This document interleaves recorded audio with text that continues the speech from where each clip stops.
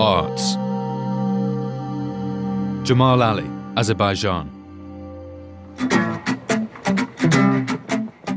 Jamal Ali is a musician with a long history of challenging Azerbaijan's authoritarian regime. In 2012, when his country hosted the most expensive Eurovision Song Contest ever, like many Azerbaijanis, Ali took to the streets to protest at such profligate spending, while wealth inequality, corruption and human rights abuses went ignored. Ali's role in the protests got him detained and tortured. Threatened with far worse, he went into exile.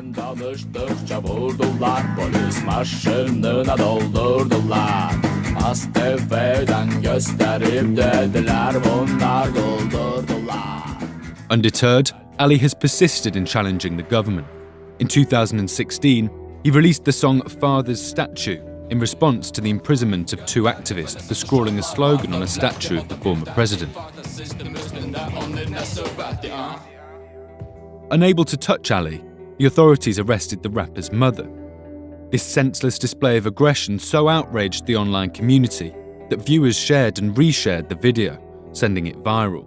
It's incredibly difficult to challenge the regime in Azerbaijan, and as we've seen from his story, the results were intimidation of his family, and yet he continues, and his family continue to support him in his work.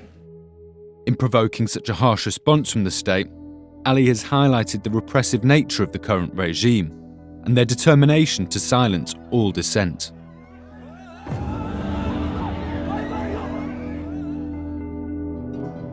The Museum of Dissidents, Cuba. Cuba's one-party state has severe restrictions on speech, assembly and press freedom. Against this backdrop, the Museum of Dissidents organises radical public art projects and installations, concentrated in the poorer districts of Havana. Set up in 2016 by acclaimed artist Luis Manuel Otero Alcantara and curator Yanelis Núñez Leiva, their aim is to reclaim the word dissident and give it a positive meaning in Cuba. In 2017, the museum worked with graffiti artists to create illicit murals of aliens and balaclava-clad men. Many of the depictions had no mouths, a reference to Cuba's tight control on speech and in stark contrast to the city's revolutionary murals. In a striking project called Another Poet Commits Suicide, they drew attention to the many important Cuban writers and artists who have taken their own lives. The Museum of Dissidents in Cuba is incredibly important for the safe space that it's providing for unsafe ideas. It's a tremendous platform through which the great artists of Cuba bring Cuba to the global stage. Their fearlessness in opening dialogues and inhabiting public space has led to fierce repercussions. Núñez was sacked from her job and Otero arrested and threatened with prison for being a counter-revolutionary. Despite this, they persist, saying, "We must generate a cultural movement that presses and contributes to the democratic change that the country deserves and needs." Abad Yahya, Palestine. Abad Yahya is a Palestinian author whose novel Crime in Ramallah was banned by the Palestinian Authority in 2017. The book, which follows three young men in the aftermath of a murder, tackles taboo issues such as homosexuality, fanaticism and religious extremism. With jibes at Palestinian leaders and graphic sexual language, it provoked a rapid official response. All copies of the book were seized on the grounds of public decency. The public prosecutor summoned Yahya for questioning, and the novel's editor was arrested and interrogated. Abroad in Qatar at the time, Yahya was so afraid for his life that he didn't return to Palestine. Yahya and his family have also received numerous threats on social media, and copies of the book have been burnt in the Gaza Strip. Despite this, he has spent the last year giving interviews to the media, drawing attention to issues of free speech and the lives of young people in Palestine, particularly in relation to their sexuality. He's breaking a social taboo. He's saying it's okay to write about gay sex. He demands it's okay to write about gay sex, and that's very new and surprising. Yahya believes the role of a novel is to bring out what is really going on inside people's heads. And he says, from my point of view, the most important impact of all of this was raising awareness among the youth and creating public discussion.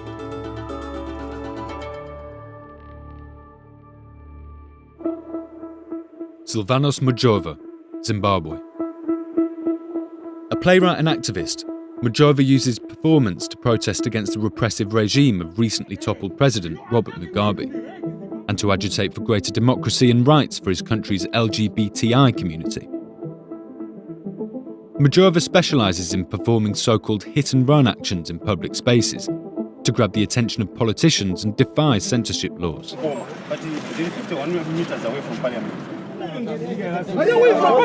This is the dirty that we are talking about. Getting dirty each and every day, and we will not be silenced. We will not be silenced.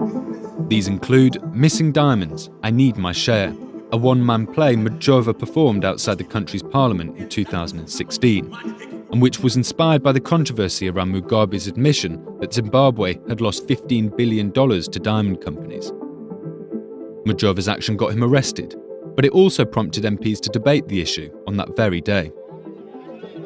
In his work In Chains, Mujova attracted a large crowd as he walked through the streets of Harare in a prison uniform, leg irons and handcuffs. What I find remarkable about Sylvanus is that he's kept doing this in the face of really incredible challenges, and that he's managed to get people behind him who will find what he's doing so important that they will come out and defend him from persecution. His activism has seen him be traumatically abducted.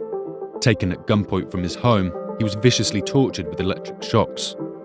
Nonetheless, Mujova has resolved to finish what he started, and has been vociferous about the recent political change in Zimbabwe, saying the new government should engage the international community and, above all, end corruption and improve the human rights situation. Creative dissent is one of the ways for me to actually believe that we can do more in the issues that are happening in the world globe.